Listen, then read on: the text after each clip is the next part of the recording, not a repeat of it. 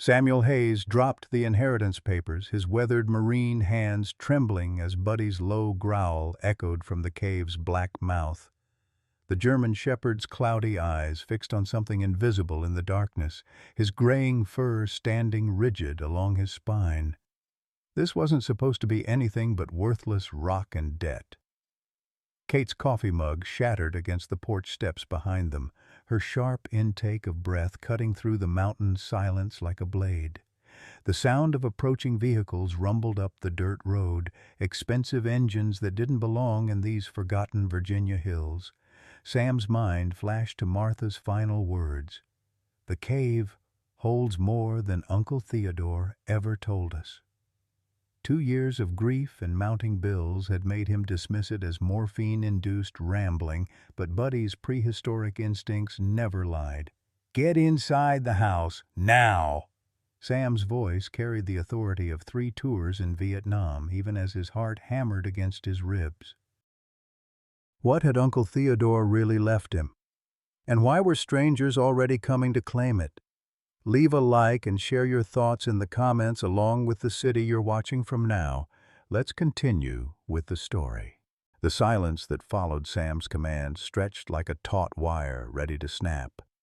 Kate stumbled backward toward the weathered farmhouse, her designer heels catching on the uneven porch boards, shoes that cost more than Sam's monthly grocery budget. He noticed with the sharp eye of a man who'd learned to count every penny since Martha's funeral bills arrived. Buddy remained frozen at the cave entrance, his massive frame silhouetted against the limestone archway that had swallowed Uncle Theodore's final years.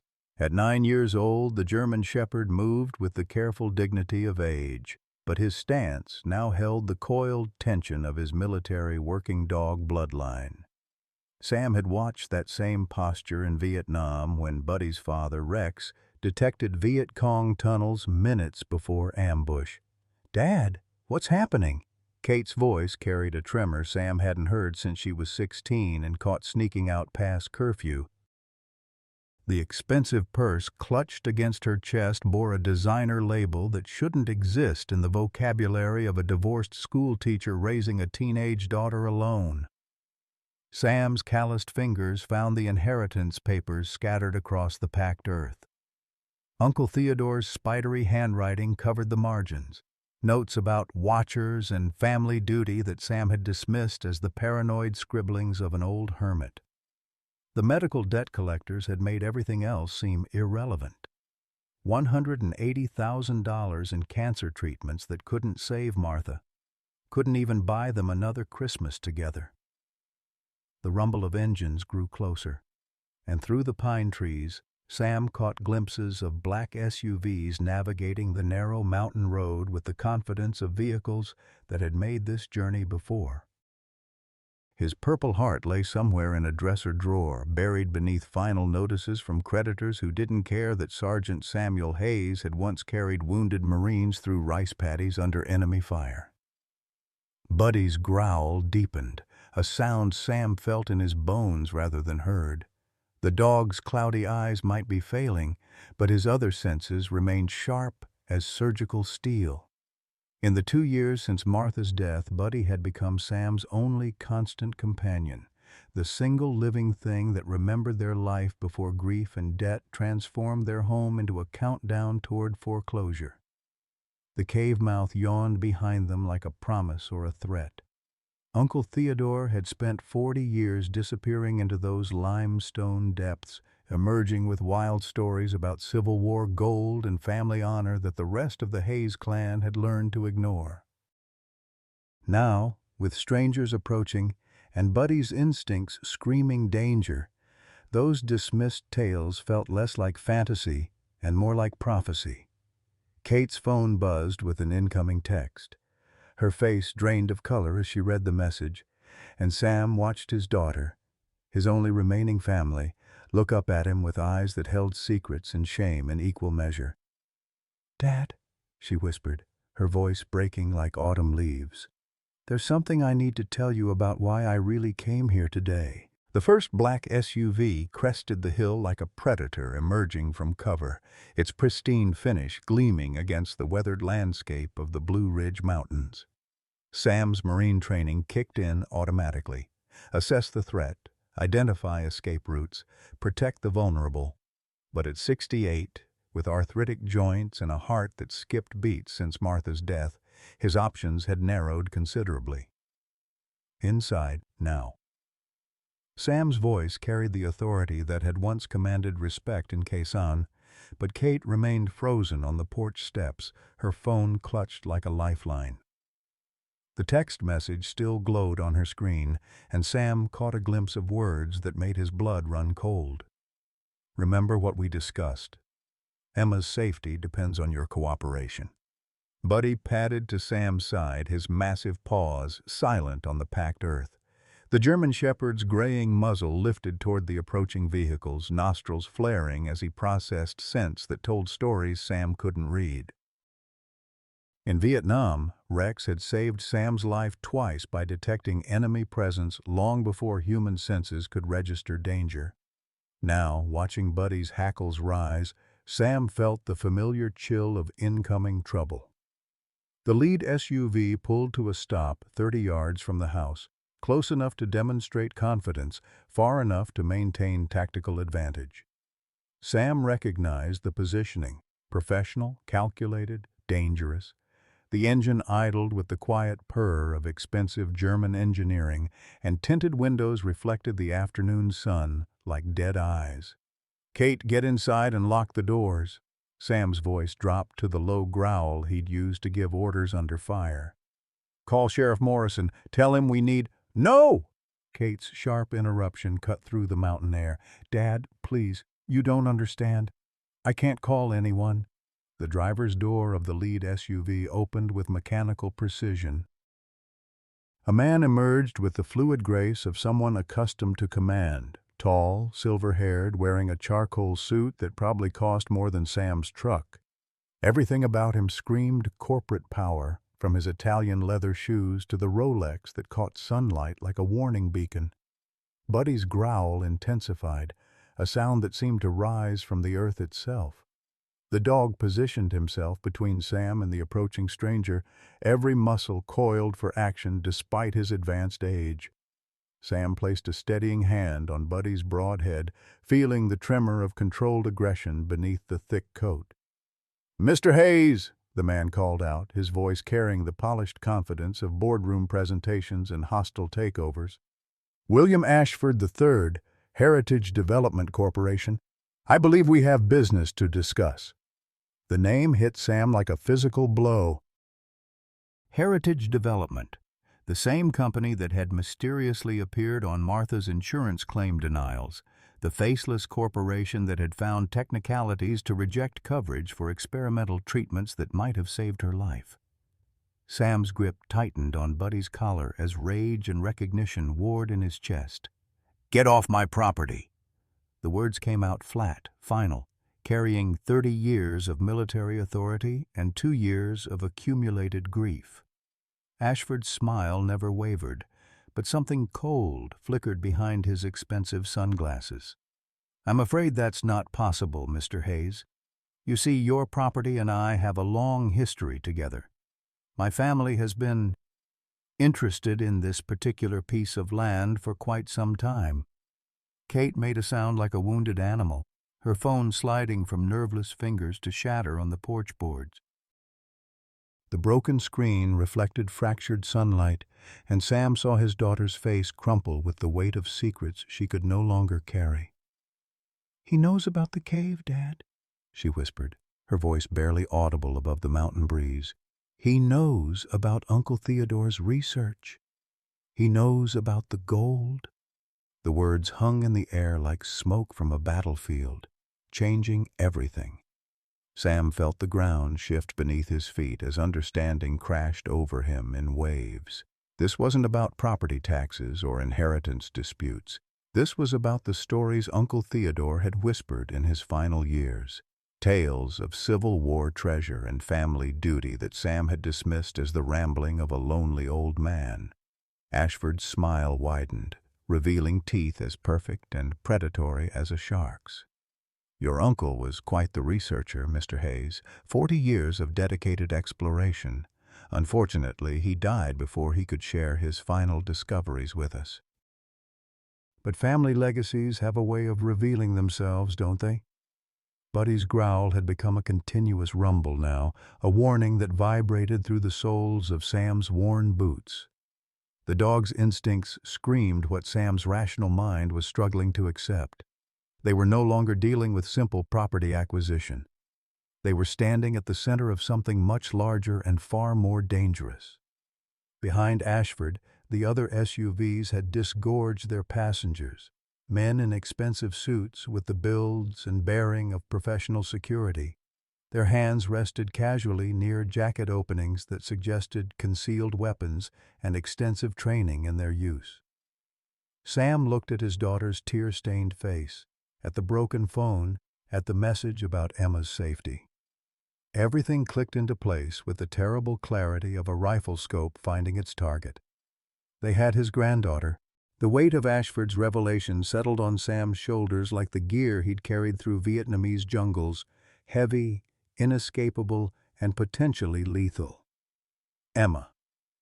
His 16-year-old granddaughter with Martha's bright eyes and stubborn chin, the girl who still sent him hand-drawn birthday cards and called him Gramps without embarrassment. The thought of her in danger made Sam's vision blur with a fury he hadn't felt since watching his Marines die in foreign rice paddies. "Where is she?" Sam's voice emerged as a low rasp, each word carved from barely controlled violence. Buddy pressed closer against his leg, the dog's body heat a grounding force in a world that had suddenly tilted off its axis. Ashford consulted his expensive watch with theatrical precision. Safe for the moment. Young Emma is enjoying some supervised time while her mother and grandfather discuss business matters. She's quite the artist, you know. Spent most of yesterday afternoon sketching in her room. Kate's sob cut through the mountain air like shattered glass. "Dad, I'm sorry. I never wanted. They said if I didn't cooperate, if I didn't tell them what you knew about Uncle Theodore's work." Her words dissolved into tears that carved tracks through carefully applied makeup, revealing the exhausted mother beneath the polished exterior. Sam's mind raced through possibilities with the tactical precision that had kept him alive in 3 tours of combat. Emma was leverage, which meant she was valuable alive. The immediate threat was here, on his property, with Ashford's corporate soldiers arranged like chess pieces around his home. But the real battle would be fought in the cave system that Uncle Theodore had spent 4 decades exploring. "What do you want?" Sam kept his voice level, buying time while his eyes catalogued threats and escape routes. "The nearest neighbor, Doctor?" Eleanor Patterson lived a quarter-mile through dense forest. His old service pistol lay locked in the bedroom safe, useless at this distance. His cell phone sat on the kitchen counter, equally unreachable. "Simple transaction, Mr. Hayes." Ashford's tone suggested he was discussing stock options rather than kidnapping. "Your uncle discovered something extraordinary in those caves, something my family has been seeking for 150 years. You sign over the property rights, provide us with Theodore's research materials, and young Emma returns home safely. Everyone wins." The casual mention of 150 years sent ice through Sam's veins. This wasn't opportunistic corporate greed. This was something deeper, older, more dangerous than he'd imagined. Uncle Theodore's paranoid scribblings about watchers and family duty suddenly felt less like madness and more like prophecy.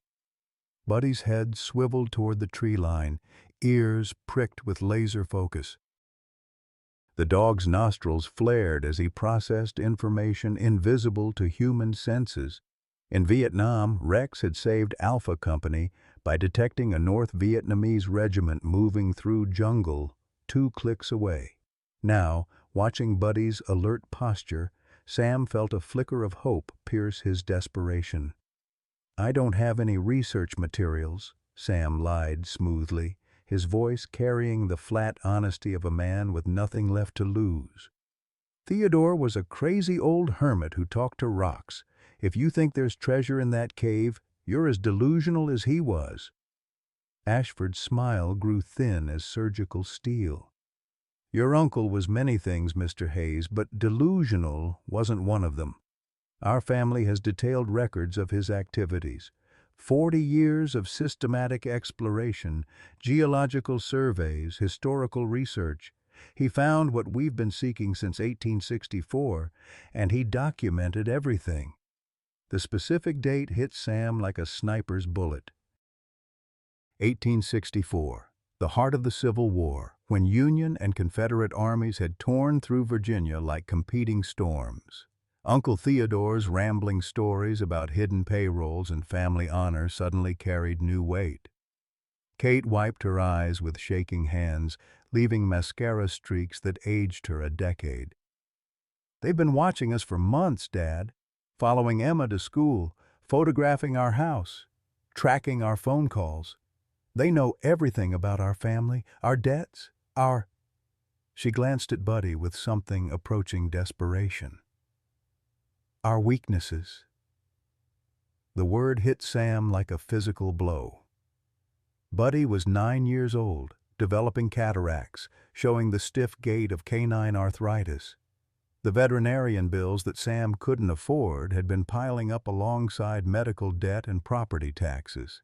In a world where everything had a price, his loyal companion represented both his greatest strength and his most vulnerable point.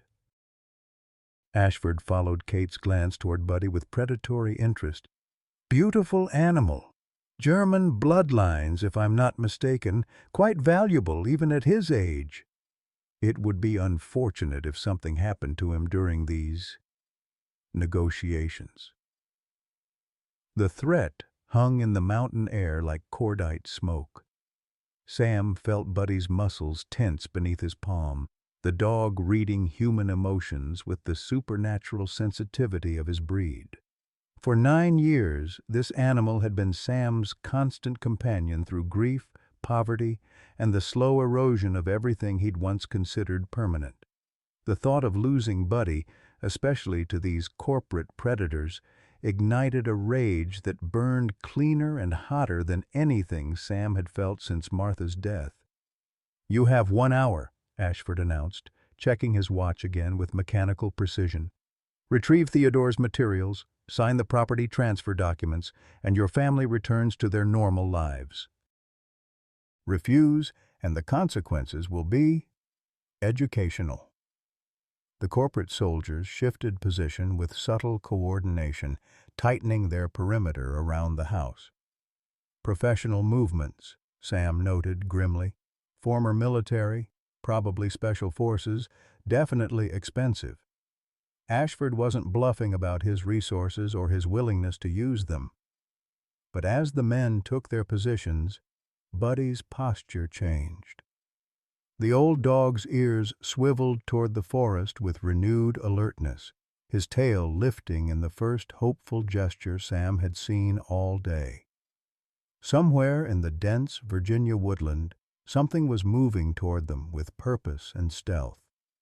Marcus Rodriguez had always been punctual, even when punctuality meant arriving in the middle of a firefight. The sound came first, a low whistle that most ears would dismiss as wind through pine needles. But Sam recognized the signal from countless jungle patrols 40 years past, and Buddy's tail wagged once in acknowledgement before resuming its rigid, alert position. Marcus Rodriguez had arrived, and he wasn't alone.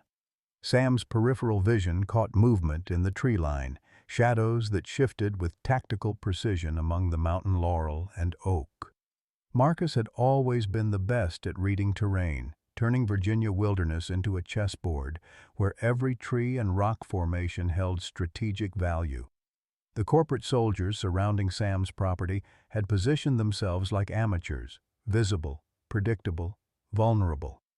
"I need to check on something in the house," Sam announced, his voice carrying the weary resignation of a defeated old man. The performance came naturally after 2 years of creditors and medical bills. Get Theodore's papers, I suppose. Ashford's smile held the satisfaction of a predator watching wounded prey limp toward inevitable capture. Of course, Miss Morrison will accompany you, naturally.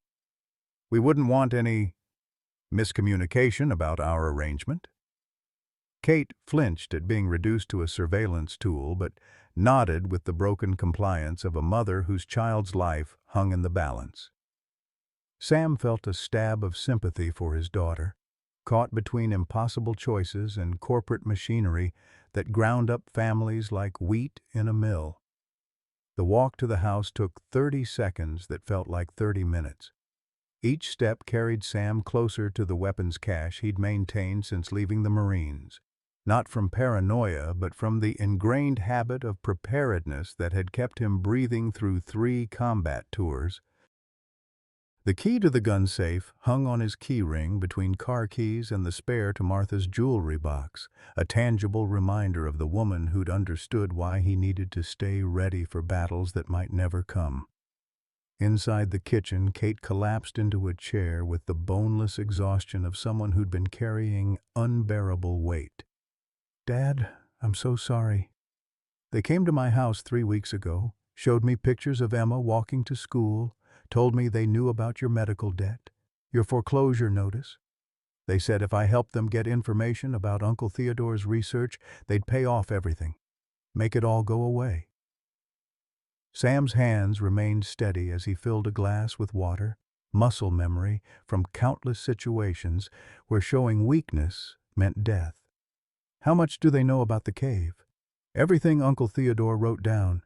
They have copies of his journals, his maps, his geological surveys. They know about the hidden chambers, the Civil War artifacts, the—" Kate's voice dropped to a whisper. "The gold, Dad. There really is gold down there."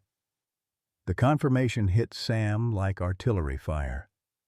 Uncle Theodore's rambling stories about Union Army payrolls and Confederate treasure hunters had been dismissed by the family for decades, filed away with other elderly eccentricities like his refusal to use electric lights and his insistence on hand-drawing maps of cave systems that professional spelunkers claimed were too unstable for exploration. "How much?" Sam kept his voice clinical, gathering intelligence the way he'd learned in Marine reconnaissance training. Theodore's final calculations estimated $2.8 million in 1864 gold coins and bars.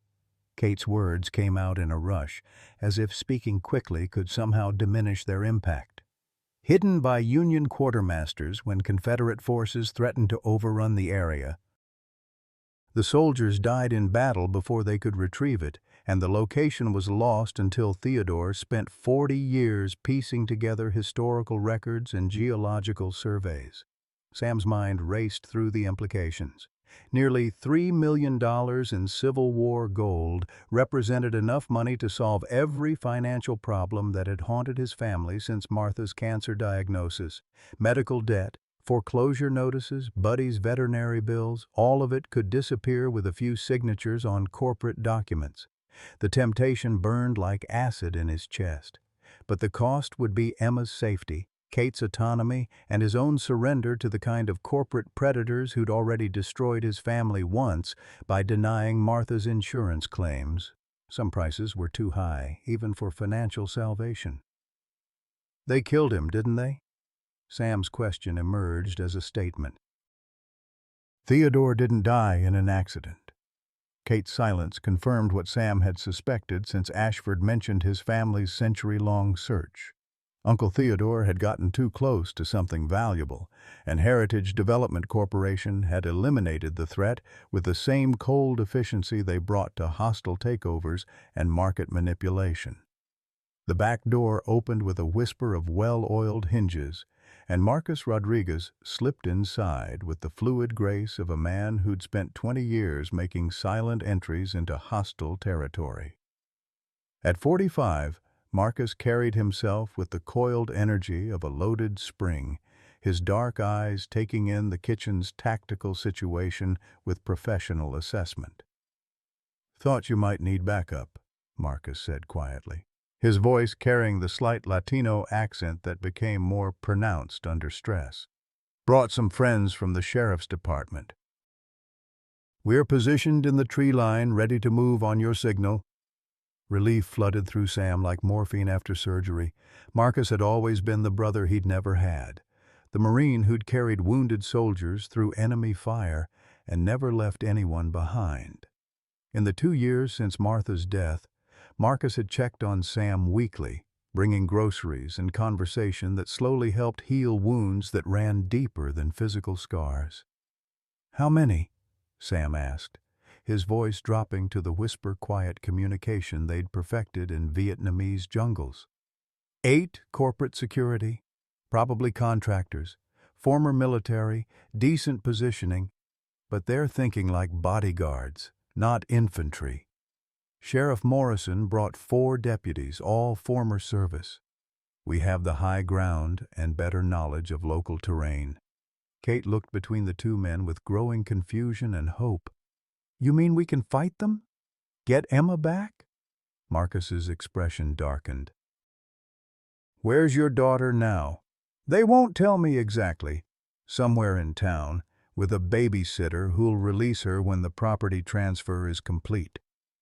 Kate's voice carried the helpless rage of a mother watching her child's life become a bargaining chip. "Standard kidnapping protocol," Marcus observed grimly. "Multiple locations, compartmentalized information, expendable personnel. These aren't corporate lawyers, they're professional criminals with business cards." Sam moved to the kitchen window, studying the positioning of Ashford's men with the analytical eye of a combat veteran. The corporate soldiers had arranged themselves in a loose perimeter around the house, confident in their superior numbers and professional training. But they'd made the classic mistake of underestimating local terrain and overestimating their tactical advantage. "Buddy knew," Sam murmured, watching his German shepherd maintain his alert position near the cave entrance. "He's been trying to warn me for weeks. Strange cars driving past, men watching the property, phone calls that hang up when I answer. I thought it was creditors or telemarketers." "Dogs sense things we miss," Marcus agreed, "especially military working dog bloodlines. Buddy's probably been reading threat levels since this started." The observation triggered a memory that made Sam's blood run cold. 3 weeks ago, Buddy had refused to eat his evening meal, instead pacing the house with nervous energy that kept Sam awake until dawn. The next morning, fresh tire tracks had appeared in the mud near the property line, tracks from expensive tires that didn't belong to any vehicle Sam recognized. "They've been surveilling us for weeks," Sam realized. "Mapping our routines, identifying weaknesses, planning this whole operation." Kate's phone buzzed with an incoming text message, and her face drained of color as she read the screen. "It's them. They want an answer in 30 minutes, or they start escalating the situation." The corporate euphemism for torture hung in the kitchen air like poison gas. Sam felt the familiar cold rage that had once made him legendary among Marine snipers, the icy calm that preceded violence so swift and decisive that enemies often died before understanding they were under attack. "Marcus, I need you to coordinate with Sheriff Morrison. Standard hostage rescue protocols, multiple entry points, overwhelming force." Sam's voice carried the authority of a staff sergeant calling in artillery strikes. "Kate, you're going to call Ashford and tell him I agree to his terms. Full cooperation. Immediate property transfer." "Dad, you can't. I'm not giving him anything," Sam interrupted. "But I need him focused on me instead of Emma. The cave system has multiple entrances that Theodore mapped over 40 years. While Ashford's people are watching me retrieve research materials, Marcus and the deputies will be conducting a search and rescue operation." Marcus nodded with the grim satisfaction of a professional preparing for battle. "What about the actual treasure? If it's really down there, Ashford won't stop until he gets it." Sam looked out the window at Buddy, still maintaining his vigilant watch near the cave entrance. The old dog's graying muzzle and cloudy eyes spoke of advancing age, but his posture remained that of a warrior ready for one final fight. After 9 years of companionship through the worst chapters of Sam's life, Buddy deserved to see his family safe and his enemies defeated. "Then we make sure he gets exactly what he deserves," Sam said quietly. Theodore spent 40 years learning every inch of those caves. "If there's gold down there, there are also ways to make sure the wrong people never find it." The kitchen fell silent except for the steady tick of Martha's grandmother clock and the distant sound of Buddy's patient breathing. Outside, corporate predators waited for surrender that would never come. In the forest, allies prepared for a battle that would determine whether justice or greed would write the final chapter of the Hayes family story. Sam's arthritic fingers found the gun-safe key on his keyring, and for the first time in 2 years, he felt like a Marine again. The limestone passages beneath Sam's property had witnessed history. Confederate soldiers hiding from Union patrols, escaped slaves following underground railroad routes to freedom, and Uncle Theodore's 4 decades of obsessive exploration. Now they would witness one final battle between greed and loyalty, between corporate power and family bonds forged in the crucible of military service. Sam's tactical vest felt familiar against his chest, the weight distribution identical to gear he'd worn through rice paddies and jungle trails 40 years past. The night vision goggles Marcus had provided transformed the cave's absolute darkness into a green-tinted landscape of shadows and stone formations. Behind him, Buddy moved with surprising grace for his age, the German shepherd's paws silent on limestone floors worn smooth by underground streams. "Radio check!"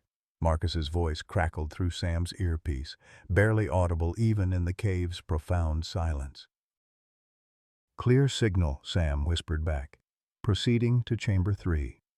The plan had crystallized with military precision during the tense 30 minutes between Ashford's ultimatum and Sam's apparent surrender. While Kate performed her role as the defeated daughter, calling Ashford to arrange the property transfer, Marcus coordinated with Sheriff Morrison to establish a tactical perimeter around Heritage Development's corporate soldiers. The rescue team would move on Emma's location the moment Sam confirmed Ashford's position in the cave system.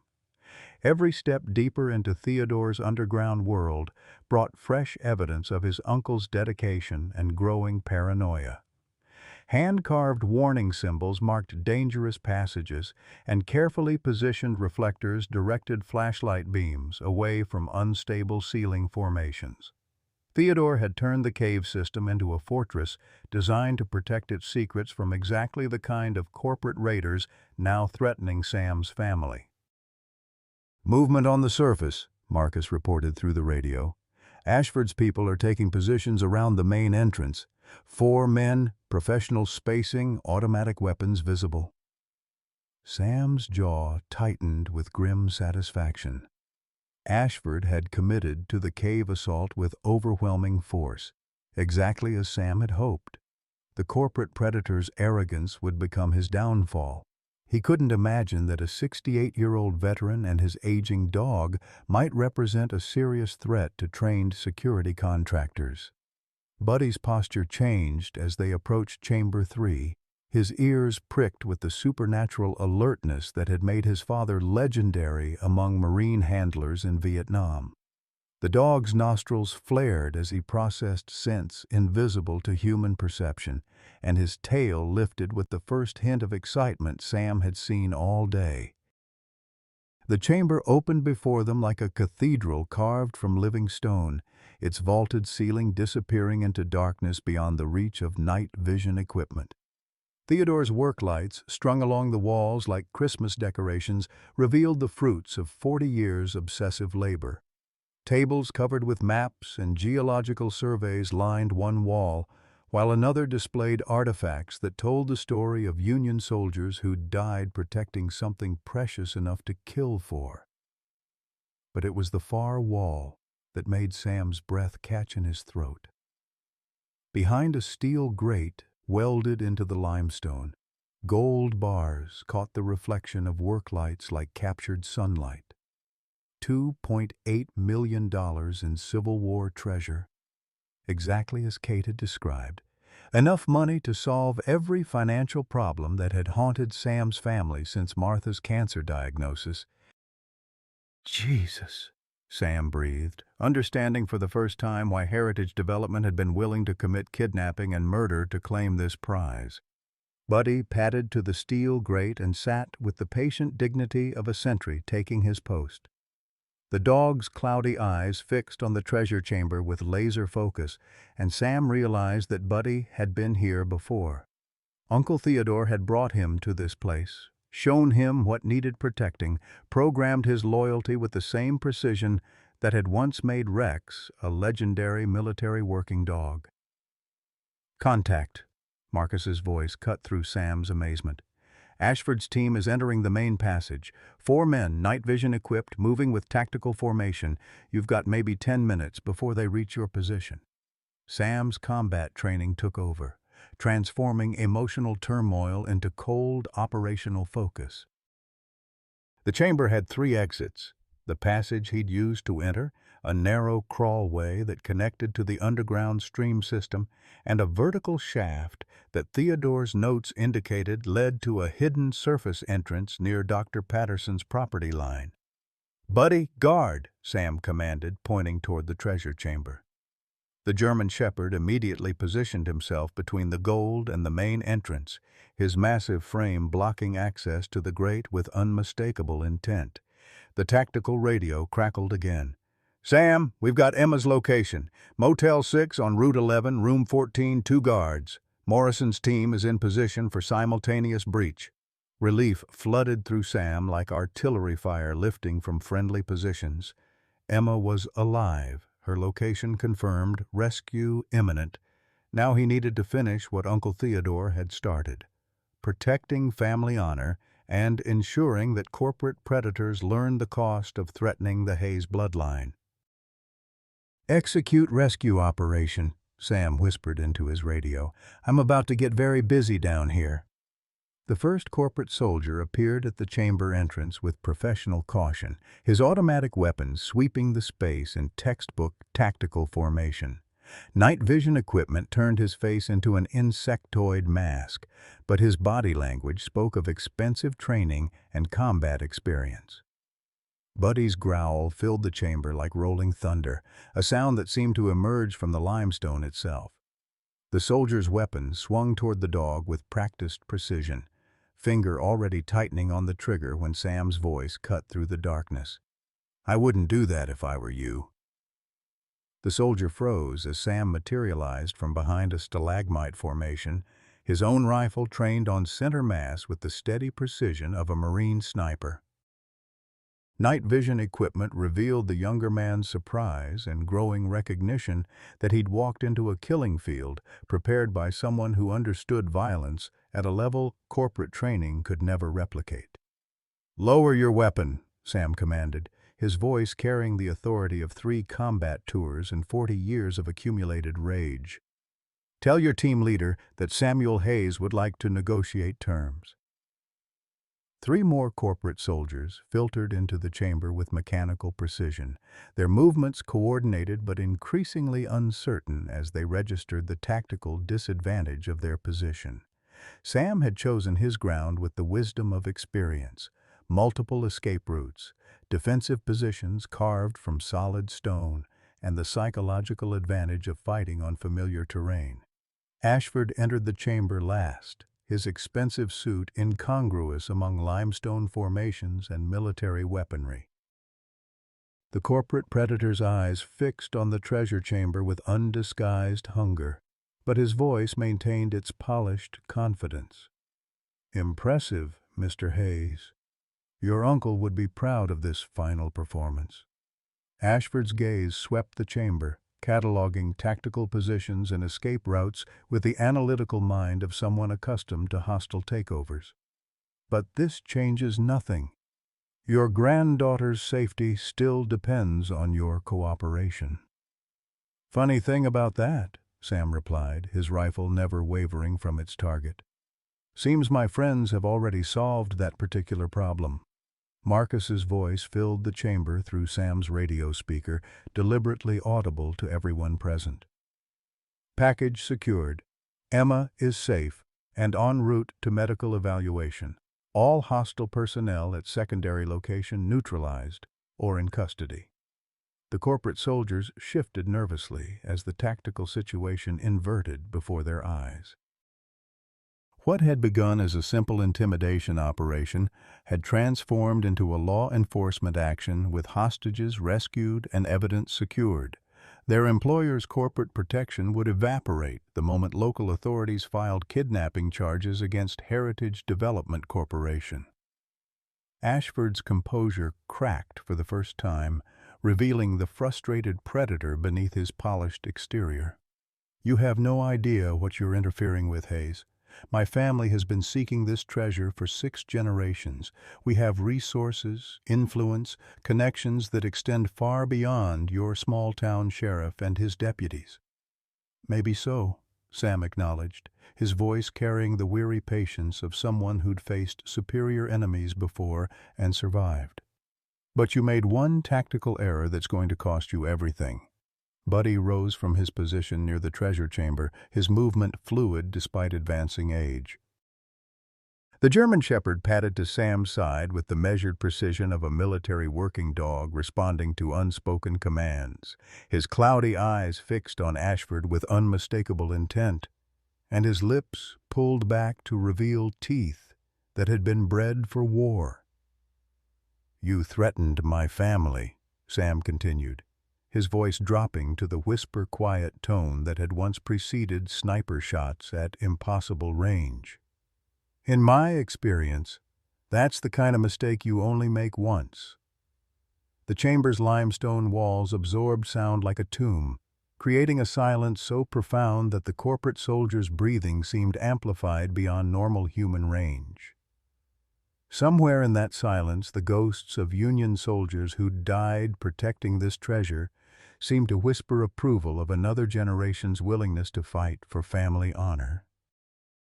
Ashford's hand moved toward his jacket with the subtle motion of someone reaching for concealed weapons, but Buddy's warning growl stopped the movement before it could complete. The dog's positioning blocked any shot at Sam while maintaining clear lines of attack on all 4 corporate soldiers. "Radio check," Sheriff Morrison's voice crackled through the chamber's speakers. "Sam, we have Heritage Development's surface team in custody.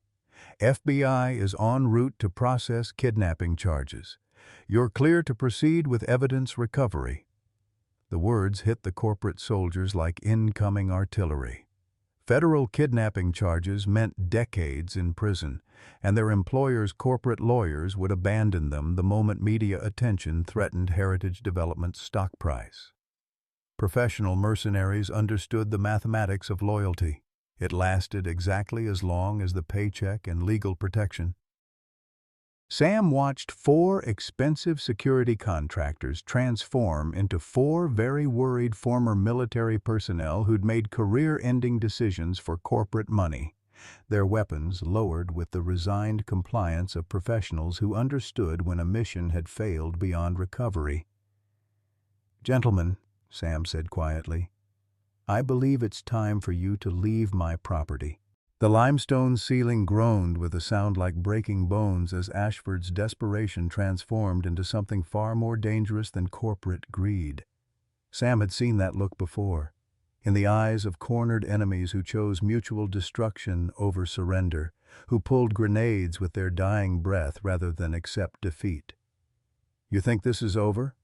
Ashford's voice carried the brittle edge of a man watching his family's century-long obsession crumble into federal charges and public humiliation. 6 generations of my family have bled for this treasure. I won't let some washed-up jarhead and his mongrel dog steal what belongs to us." The corporate soldiers had lowered their weapons in professional recognition of tactical defeat, but Ashford's hand completed its journey to his jacket with the jerky motion of someone operating beyond rational thought. The pistol that emerged was small but deadly, a 380 that corporate executives favored for its concealability and stopping power at close range. Buddy moved before Sam could react, the old dog's military breeding overriding the arthritis and cloudy vision that marked his advancing years. 9 years of peaceful companionship vanished in an instant, replaced by the primal programming that had made his father legendary among Marine handlers in Vietnam. The German Shepherd launched himself at Ashford with the fluid grace of a missile seeking its target. The gunshot echoed through the chamber like thunder, amplified by limestone walls until it became a physical force that seemed to shake dust from ancient stalactites. Sam's world contracted to the sight of Buddy's massive frame twisting in midair, the dog's trajectory altered by the bullet's impact, but his momentum still carrying him toward Ashford's throat. They hit the chamber floor together, corporate predator and loyal guardian locked in a struggle that represented everything pure and noble about friendship against everything corrupt and poisonous about greed. Ashford's screams mixed with Buddy's growls until the sounds became indistinguishable from each other, human and animal reduced to their most basic elements of survival and sacrifice. Sam's rifle tracked the melee with desperate precision, seeking a clean shot that wouldn't risk hitting his companion. The corporate soldiers watched in frozen horror as their employer's composure disintegrated entirely, his expensive suit tearing on limestone as Buddy's teeth found purchase on his gun hand. "Buddy, off!" Sam commanded, his voice cutting through the chaos with military authority. The German Shepherd released his grip immediately, backing away from Ashford with blood, his own blood, marking a trail across the chamber floor. The sight of red spreading across Buddy's silver coat hit Sam like physical trauma. For 9 years, this animal had been his constant companion through grief, poverty, and the slow erosion of everything he'd once considered permanent. Buddy had slept beside Martha's hospital bed during her final weeks, had pressed his warm body against Sam's legs during the long nights when sorrow felt like drowning, had transformed a house haunted by loss into a home still capable of love. "No," Sam whispered, dropping to his knees beside his wounded companion. "Not you, boy. Not now." Buddy's tail managed a weak wag as Sam's hands found the bullet wound in his shoulder. The damage was serious but not immediately fatal.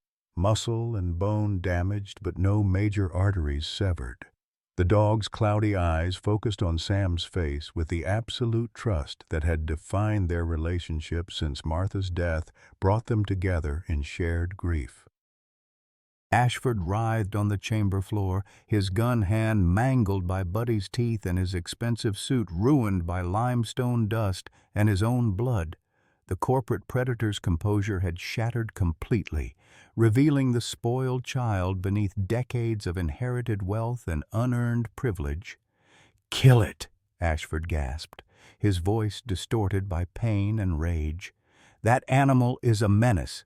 Someone kill that damn dog before it attacks again." The words triggered something primal in Sam's chest. A rage so pure and focused that it felt like religious awakening. For 2 years, he'd endured creditors and medical bills with the stoic patience of a man who understood that life contained suffering. He'd accepted Martha's death with the resignation of someone who'd watched good people die in rice paddies and understood that the universe owed no one anything. But watching Ashford demand Buddy's death after the dog had sacrificed his own safety to protect Sam crossed a line that transformed grief into something harder and infinitely more dangerous. The corporate soldiers recognized the change immediately, their professional instincts screaming warnings about the shift in Sam's body language and the deadly stillness that preceded violence. "Marcus," Sam spoke into his radio with the calm precision of someone calling in artillery strikes. "I need immediate medical evacuation for Buddy. Gunshot wound, conscious but bleeding." "Copy that. Emergency veterinary team is already en route to your position." Sam's hands maintained pressure on Buddy's wound while his eyes never left Ashford's face. The corporate predator was learning what Uncle Theodore had discovered too late, that threatening the Hayes family carried consequences that extended far beyond corporate lawyers and insurance policies. In the limestone darkness, surrounded by Civil War treasure and modern weapons, man and dog prepared to face whatever came next together. Some bonds transcended species, transcended time, transcended even death itself. Buddy's breathing remained steady against Sam's chest, and somewhere in that rhythm, Sam heard the heartbeat of everything worth protecting in a world gone mad with greed. The emergency veterinary team arrived with the organized chaos of battlefield medics, their equipment transforming Uncle Theodore's treasure chamber into a trauma center. Dr. Sarah Chen, a former Army veterinarian who'd treated military working dogs in Afghanistan, worked with the swift precision of someone accustomed to saving lives under fire. Her hands moved across Buddy's wound with gentle efficiency, while Sam maintained pressure on the entry point, his own hands steady despite the emotional earthquake threatening to tear him apart. "Bullet passed through cleanly," Dr. Chen announced, her voice carrying the calm authority of someone who'd seen worse trauma and achieved better outcomes. "Missed the major blood vessels and joint structures." "He's lost blood, but nothing that can't be replaced with proper treatment." Relief flooded through Sam like morphine after surgery, but it was quickly replaced by the cold realization that Buddy's injury represented only the beginning of their ordeal. Ashford writhed on the limestone floor, his corporate composure shattered by pain and the growing recognition that his century-long family quest had ended in federal charges and public humiliation. The kind of man who ordered kidnappings rarely accepted defeat with grace. "You have no idea what you've cost me," Ashford gasped, his voice distorted by pain and something darker. The rage of inherited privilege confronting consequences for the first time. "My great-great-grandfather died searching for this treasure. My family has invested everything, reputation, fortune, political connections, pursuing what rightfully belongs to us." Sheriff Morrison's voice crackled through Sam's radio with the grim satisfaction of a lawman who'd spent 30 years watching corporate predators escape justice. "Sam, FBI has Heritage Development's corporate headquarters under federal warrant. Turns out your little cave adventure uncovered evidence of a racketeering enterprise that spans multiple states and several decades." The revelation hit the chamber like a concussion grenade. What had begun as a property dispute over Confederate gold had exposed a criminal conspiracy that reached far beyond Virginia's mountain caves. Ashford's family hadn't just been treasure hunters. They'd been operating a sophisticated criminal enterprise disguised as legitimate business development. Kate's voice joined the radio chatter, carrying the exhausted relief of a mother whose child had been returned safely. "Dad, Emma's at the hospital getting checked out, but she's okay. She's okay, Dad. She keeps asking about you and Buddy." The sound of his granddaughter's name, spoken in safety rather than threat, broke something loose in Sam's chest, a knot of tension that had been choking him since Ashford's arrival. Emma was safe. Kate was free from corporate coercion. Buddy would recover. The Hayes family would survive this assault on their integrity and emerge stronger for having faced it together. But as Dr. Chen prepared Buddy for transport to her emergency clinic, Sam noticed something that made his blood run cold. Ashford's uninjured hand had found a device clipped to his belt, a small electronic trigger that hadn't been visible during the initial confrontation. The corporate predator's eyes held the calculating madness of someone who'd decided that if he couldn't have the treasure, no one could. "Demolition charges." Marcus's voice cut through the radio chatter with the sharp recognition of someone who'd spent 20 years working with explosives. "Thermal imaging shows multiple devices placed throughout the cave system. If he triggers that dead man switch..." The sentence didn't need completion. Ashford had prepared for this possibility. rigging Uncle Theodore's life work with enough explosives to bring down the entire mountain. $2.8 million in Civil War gold would be buried forever, along with anyone unfortunate enough to be in the cave system when the charges detonated. Sam's mind raced through tactical options with the desperate efficiency of someone who'd faced impossible situations before and survived through superior planning and uncompromising determination. The main entrance was too far away for safe evacuation, especially carrying wounded Buddy. The vertical shaft Theodore had mapped offered the quickest route to the surface, but required climbing skills that Dr. Chen and her medical team hadn't trained for. "How long do we have?" Sam asked, his voice carrying the calm professionalism of someone requesting tactical information rather than facing imminent death. Ashford's laugh held the brittle edge of complete psychological breakdown. "As long as my heart keeps beating. The moment my pulse stops or this trigger leaves my hand, everything you've fought for gets buried under 10,000 tons of Virginia limestone." The dead man's switch represented the ultimate expression of corporate sociopathy. If Heritage Development couldn't profit from the treasure, they'd ensure no one else could either. A century and a half of obsession had twisted the Ashford family into something that valued possession over human life, profit over basic decency. But Sam had faced sociopaths before, in Vietnamese jungles where enemy commanders had booby-trapped villages and rigged hospitals with explosives designed to kill anyone attempting rescue operations. The psychology was identical. Narcissistic rage expressed through mass destruction when control was lost. "Dr. Chen, how mobile is Buddy?" Sam's question carried the weight of tactical planning rather than medical concern. "With proper support, he can walk short distances. The shoulder wound will limit his mobility, but it won't prevent movement if necessary." Her professional assessment came with the understanding that medical priorities might have to yield to survival imperatives. Sam's radio crackled with Marcus's voice, carrying intelligence that changed everything. "Sam, thermal imaging shows the explosives are concentrated around the main treasure chamber and primary entrance. The vertical shaft route appears clear of demolition devices. If you can reach the surface through Theodore's emergency exit." The plan crystallized with military precision born from decades of impossible missions and successful extractions. Theodore's paranoid preparation would save them.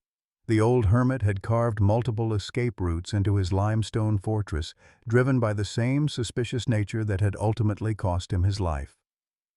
"Everyone moves together," Sam announced, his voice carrying the authority of someone accustomed to leading desperate retreats under enemy fire. "Dr. Chen, prep Buddy for transport. Kate, coordinate with surface teams for emergency medical evacuation. Marcus, I need suppressing fire if Ashford tries anything stupid." Ashford's eyes tracked their movement with the predatory focus of someone watching prey attempt escape. The dead man's switch remained in his grip, a small device that held the power to transform limestone caves into limestone tombs. His breathing had become labored, whether from blood loss or psychological stress, Sam couldn't determine.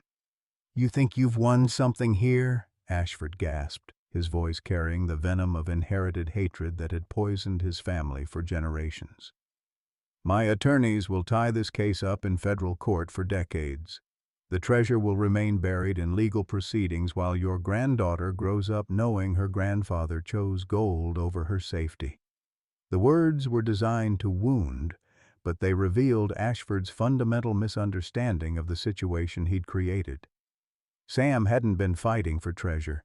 He'd been fighting for family, for justice, for the simple principle that corporate predators couldn't terrorize decent people without facing consequences. Buddy struggled to his feet with the determined dignity of a warrior refusing to be carried from the battlefield. "Doctor."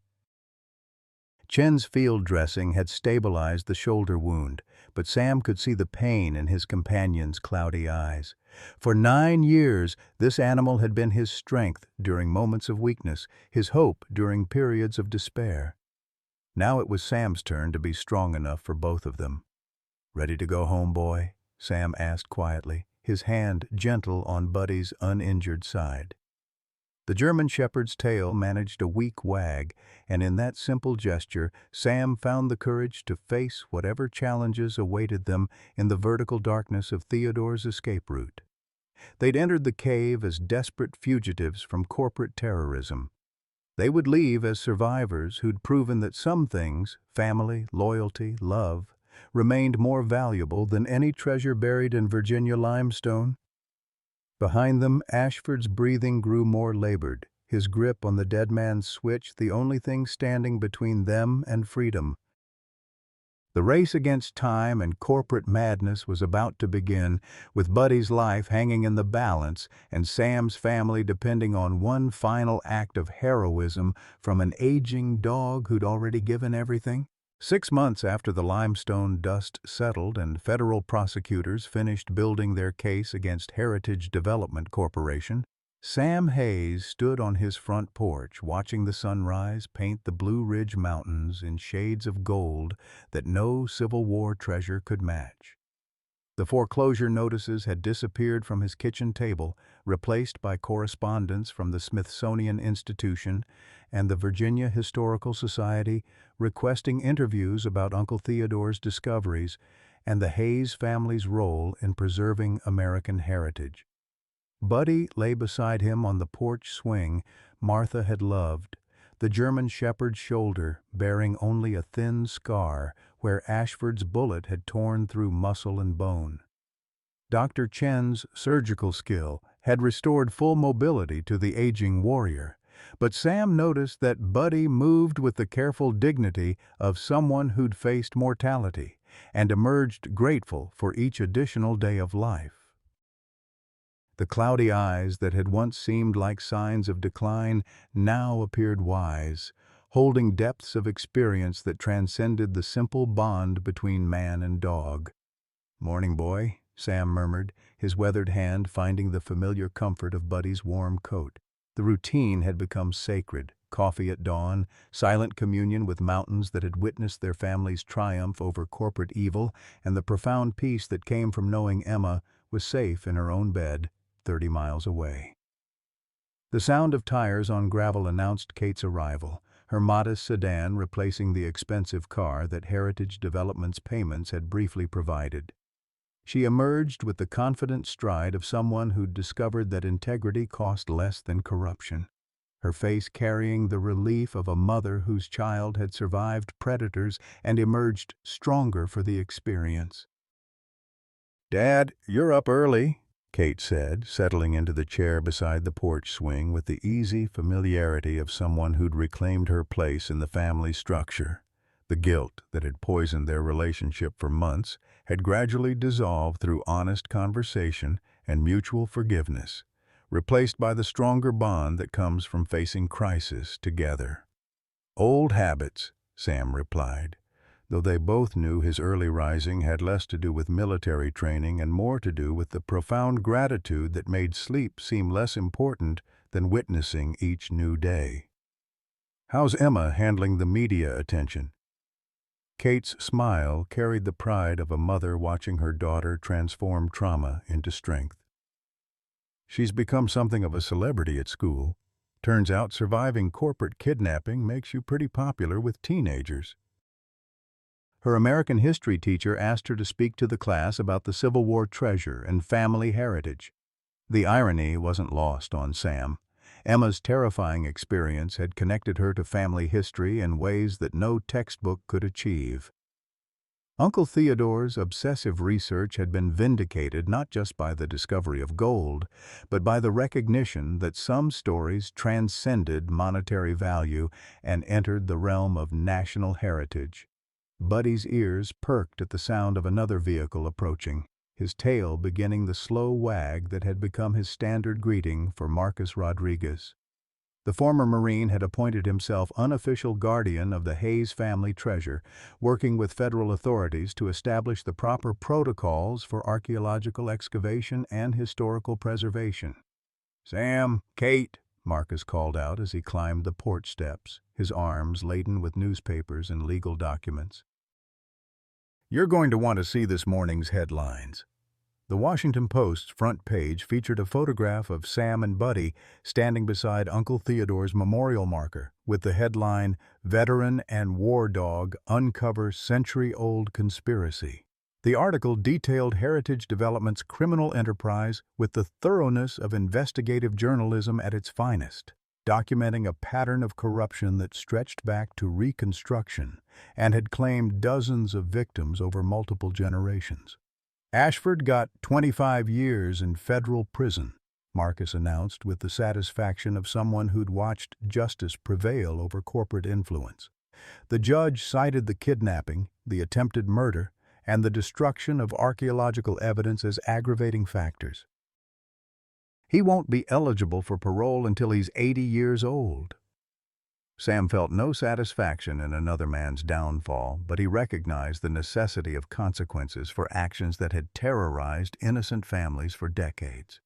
Heritage Development's assets were being liquidated to compensate victims, with the Hayes family receiving recognition as the primary discoverers of evidence that had brought down the entire criminal conspiracy. "What about the treasure?" Kate asked, though Sam detected more curiosity than greed in her voice. The experience of nearly losing Emma had clarified priorities in ways that no amount of financial counseling could achieve. "The Smithsonian has completed their authentication," Marcus replied, consulting his documents with the precision of someone handling matters of national importance.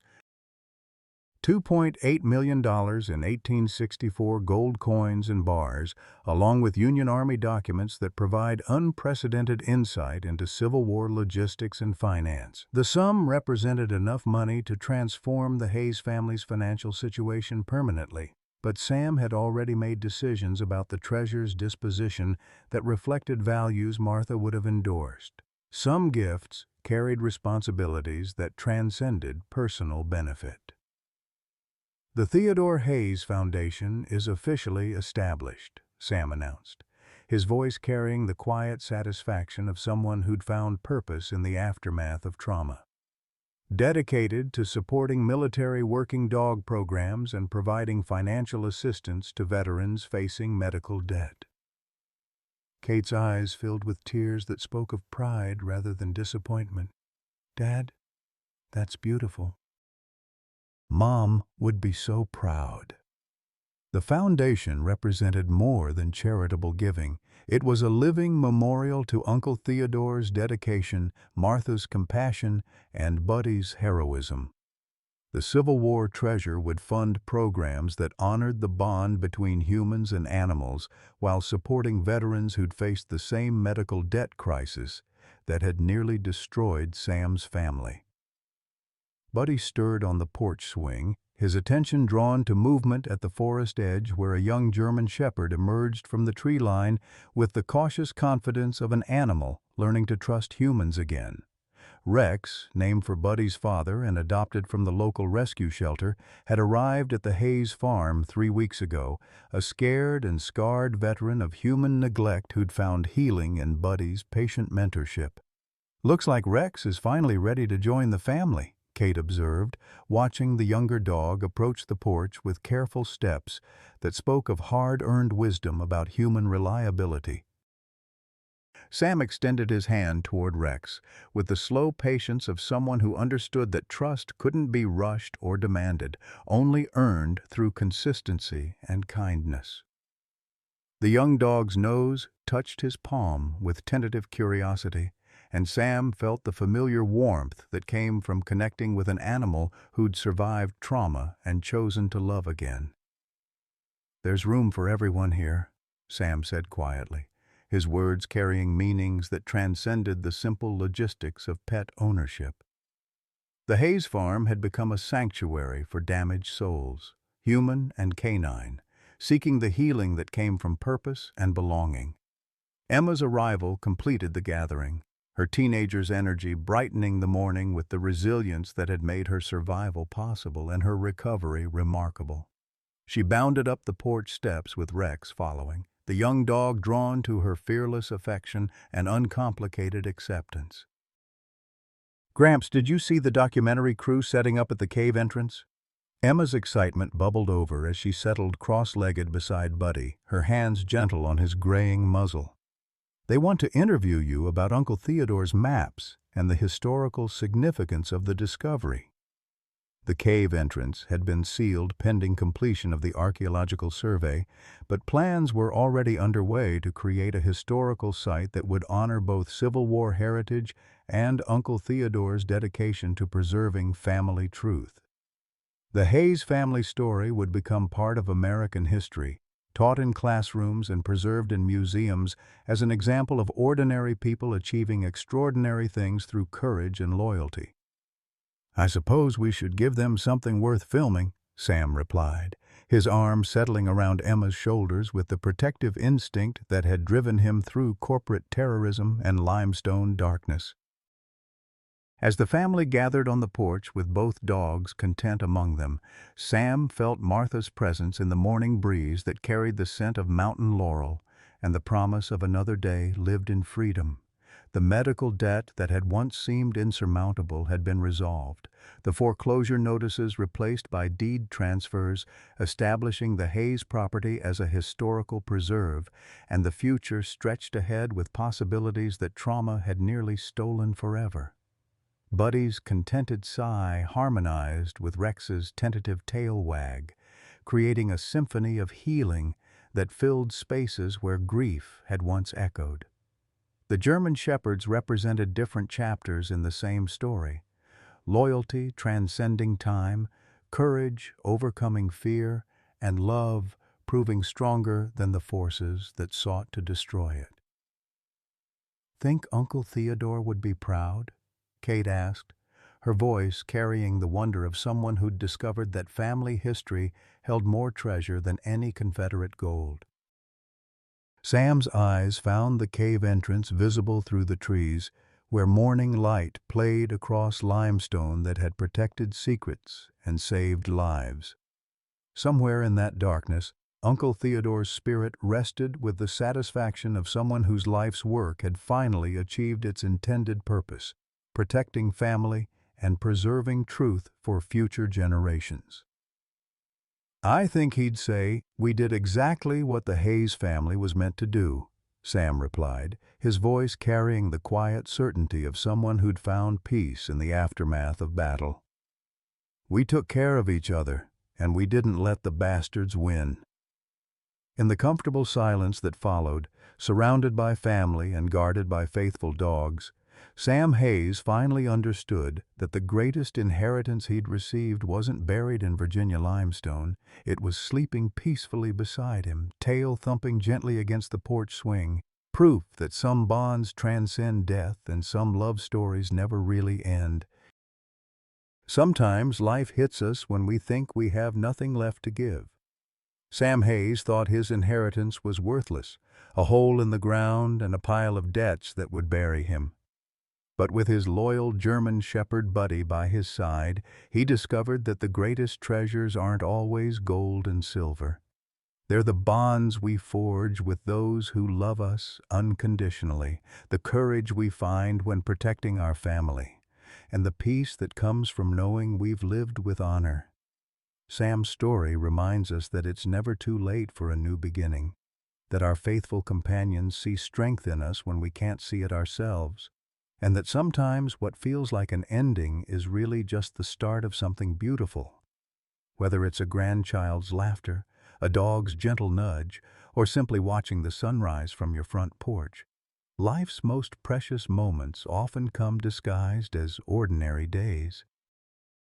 The real inheritance we leave behind isn't measured in dollars. It's measured in love, loyalty, and the memories we create with those who matter most. What unexpected blessing has brought new meaning to your life when you thought hope was lost? Have you ever experienced the unconditional love of a pet that helped you through your darkest moments? Share your story in the comments below. Your experience might be exactly what someone else needs to hear today.